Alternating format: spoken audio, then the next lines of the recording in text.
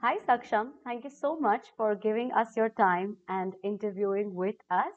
For the viewers, may we request you to please share your journey, your story in your own words? Hi, Dikshita. Thanks for having this interview with me. It's a real pleasure. Mhm. Before I share my journey about this MBA program, I'll briefly tell you a bit about myself. I did my engineering from Delhi like in 2016. And after that, I worked for Ernst& Young for almost 5 years as a technology consultant. And in April, May 2020, I decided that probably it's time that I should do an MBA program. And that's when I decided to, prepare for GMAT and start off the journey. Right. I started in April, May 2020. And the first thing that I did was I started off with the official guides. All right. And I did couple of questions and uh, my initial target, my target schools were ISB, Mm-hmm. NTU and NUS Right. because they are close to India, the Singaporean college, and ISB is probably one of the best schools in India. Right. And the GMAT score that I had in mind, the target score that I had in mind was around 710, 720, All right. which is more or less the average score for all these schools. Mm-hmm.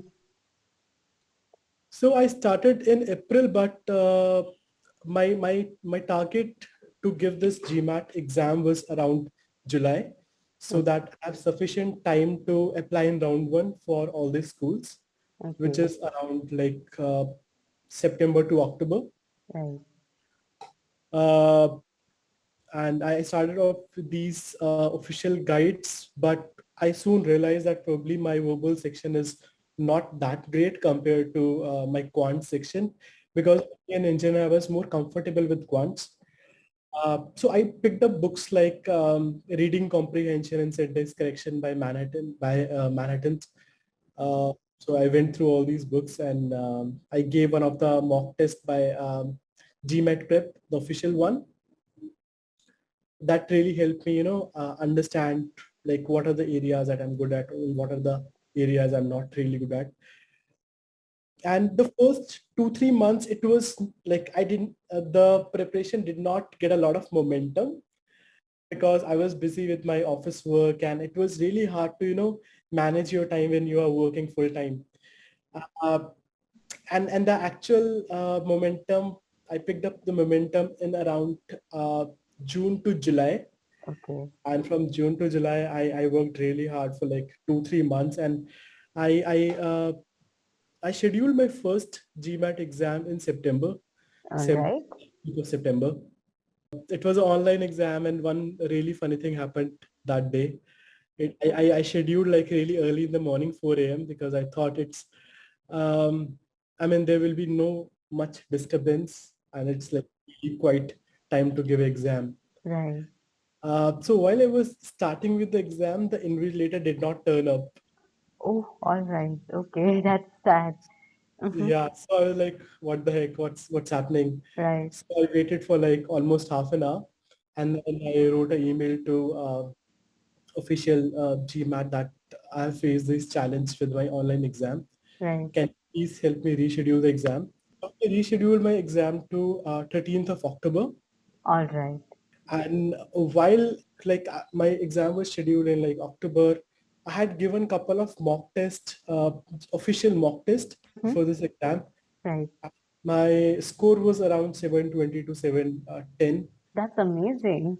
Mm-hmm. Yeah, so I was quite comfortable in my capabilities that probably I can get a decent score, 700 or 710, Okay. which which is like quite decent to apply to schools like ISB or NT or NUS. Right. But the day I gave my exam on 13th of October, Mm-hmm. uh, there was a glitch, like in my verbal section, there was a glitch and my exam stopped for like 12 minutes. Oh. So I think that glitch is something that I faced in the exam. And the Mm-hmm. score that I got was around 680, which was much less than my anticipated score. Right. Right. So I thought probably like now I have missed the round one deadline. It's a better idea to give my GMAT again. So so I tried to schedule it again. I scheduled it in November. 1 month is a period when I was like not really well. Like I had some Oh, um, okay. I had like fever and all. So 1 month I was not really well. So Okay. after my two experiences with online exam, Mm-hmm. I thought it's a great idea to have a physical exam. Like Right. one time the invigilator did not come up. Second time there was a glitch. So Right. I thought it's a great idea to have a physical exam. So I scheduled a physical exam this time in November, Okay. Right. and I did not tell anyone that I'm giving the exam again. Mm-hmm. So one day after office, I went to the exam center in Delhi. It was in ITO. Right. The exam time was around like 7 to 8. I Mm-hmm. went, I gave my exam, Okay. and the score came around something like 500 or something. Oh, And then like I saw the digit 5, it became like totally blurred in front of me. I oh, was like, what the heck? Because right. the only reason I gave this exam was to improve my score, because I was not happy with 680, because I had the belief that I could do a little bit better, maybe 700 or 710, something like that. Mm-hmm. And I immediately, like, there was a guy who came from the back and he was like, do you want to keep the score? Do you want to cancel? I said, just cancel it. I did Okay. not see the score, so I just came. Uh, I Mm-hmm. went downstairs and then I realized probably I should go back and at least check what was the exact score was. Right. So I went there again and I was like, can I have a look at my score, or can I have the printed copy? And they're like, you cannot have it because you canceled the score. I was like, oh, okay. Okay. Mm-hmm. But it was November. I missed the timeline. I missed the deadline for round one. So I thought it's a good idea for me to start off with the application process, Mm-hmm. so that I do not miss the deadline for round two or round three. Right. Right. Okay. So I went ahead with the score 680. I thought I'll give it another chance because I did not want to give up with a score like this. So Okay. I thought I'll try again, but meanwhile I'll also start with my application process. All right. And I knew that application process might be a bit overwhelming. So I tried contacting couple of admission consultants and advisors. Right. And again, it was a very messy process because there are so many admission consultants which are there. Right. So I referred to one of the posts by Poets and Quants, and they Okay. mentioned a couple of top admission consultants in India. Right. Uh, so for ISB, I took a help of one of the top admission consultant Mm-hmm. because I did not want to take any chance. Yeah. So I just went ahead with one of the top consultant. Right. It was a Okay. pretty easy one. Mm-hmm. Uh, for NTU, NUS had a later deadline. It was somewhere in January, 25th of January was the deadline for round one. Right. So I focused on NTU. Mm-hmm. For NTU, I also contacted one of my friend who recently got into German B school, and he said, probably you should go ahead with Experts Global. So I went ahead with Experts Global Mm-hmm. for NTU, and like I had a really nice session with Anchal, and she explained me the whole process. Right. And December month was again very, very overwhelming because you get these questionnaire from these admission consultant which ask you about the kind of work that you have done. They ask you about your resume, Yeah. about some of the stories, your leadership stories and all of that. So again, December month was quite overwhelming. Yeah. And I was also preparing for GMAT, All and right. I, Okay. I gave one mock and I did not get like really good results. So Mm-hmm. there was one day, like I was giving the exam. I knew that I'm not doing well. So I Okay. just totally broke down because it was just so much pressure on me with the exams, Mm-hmm. with the GMAT exam, with all the application process, Right. and also with a lot of things going on in office. There were like two, three projects which were going on. So Right. one giving the exam, I did not do well. I just totally broke down. I called my friend that probably it's just too much for me to take, Mm-hmm. and she advised me that probably do not think about GMAT right now. Mm-hmm. Be committed to your application process. Probably, you know, Yeah. maybe you can make it even at 680. So I just took her advice and just go ahead with the process. Mm-hmm. Uh, ISB, I did not get a call, unfortunately. Okay. Um, and meanwhile, one more thing that happened, there was a deadline for IIM Ahmedabad, their PGBX program, Mm-hmm. and it was a round three, and the deadline was around 4th of January. All right. So I just thought of, okay, let's just apply, Uh-huh. because I did not have to submit essays. In Right. IIM Ahmedabad, what happens is you have to submit an application form. If they like your application, then they'll ask you for an essay. So I thought it's just an application form. Let's just apply. All So right. I did that. I got a call, and like it was a really good interview that I had. That's amazing. And, I could not make it, but the feedback that I got from the professors who were taking the interview was that I'm just too young for the program, and with 4.5 years of experience, I could barely make it to the eligibility criteria. So Okay. maybe this is a program that Mm-hmm. good for people having 7 to 8 years of experience. Right. So that was kind of a confidence booster for me. Then somewhere in Feb, I got a call from NTU, and my interview was scheduled around some middle of the March, 15th March or something. Mm-hmm.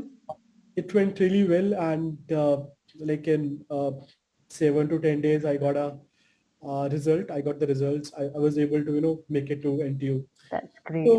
So this is what transpired in the period from April 2020 to March 2021.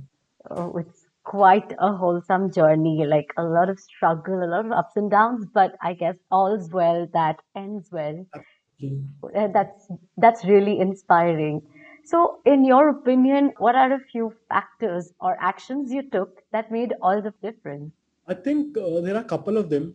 First, while I was preparing for this exam, this GMAT exam, I only stick to the official questions. There are a lot of candidates who spend their time on the known official one, Hmm. but I think it's probably not worth the effort. Right. Uh, Second thing is, I did not took any coaching or anything for my GMAT exam. So Okay. one thing that is really important for me was to keep a backlog of all my mistakes. So Right. whatever mistakes I was making in my exam or even in like while I was practicing, Yeah. I used to keep a track in my Excel that okay, this is one mistake I should take care of. All right. Uh, that was the second thing. And the third thing was instead of not having a great score, Mm-hmm. I did not, waited for getting the best score. I just took some action, applied, I mean, till the time you don't apply, you don't know whether this Right. score is sufficient to make it to a B school, right? Right. So Absolutely. these are the three things that went well for me. Okay. That's really nice. So, with the benefit of hindsight, what are a few mistakes you believe you committed in the process? I think over practicing, Okay. like I did not leave even a single question on GMAT club, especially for verbal. Mm-hmm. And since it was a long journey, so I exhausted almost all official questions which were available. Mm-hmm. So I think a better approach would be, to take one question, try to solve it, and examine it thoroughly rather than focusing on the quantity of question. You should focus on the qualitative analysis that you're doing while solving it. Right. So I think Absolutely. Mhm. that was one mistake that I made. Second mistake is I would not say it's a mistake, but I think it's a great idea to have a buddy or have an accountability partner or have someone who is preparing with you, because there are Right. a lot many times when you make a mistake while doing some exams or some questions, Mm-hmm. but you don't know what is going wrong. So Right. it's important to have that perspective from some other person, and it really helps both of the people who are like practicing together. Right. That is true. So, what would you like to say about your experience and learnings from managing the application timelines? So I think for me, the whole process of application Mhm. is something that generally takes much more time than we think. You have to fill your application form. You have to get your transcripts.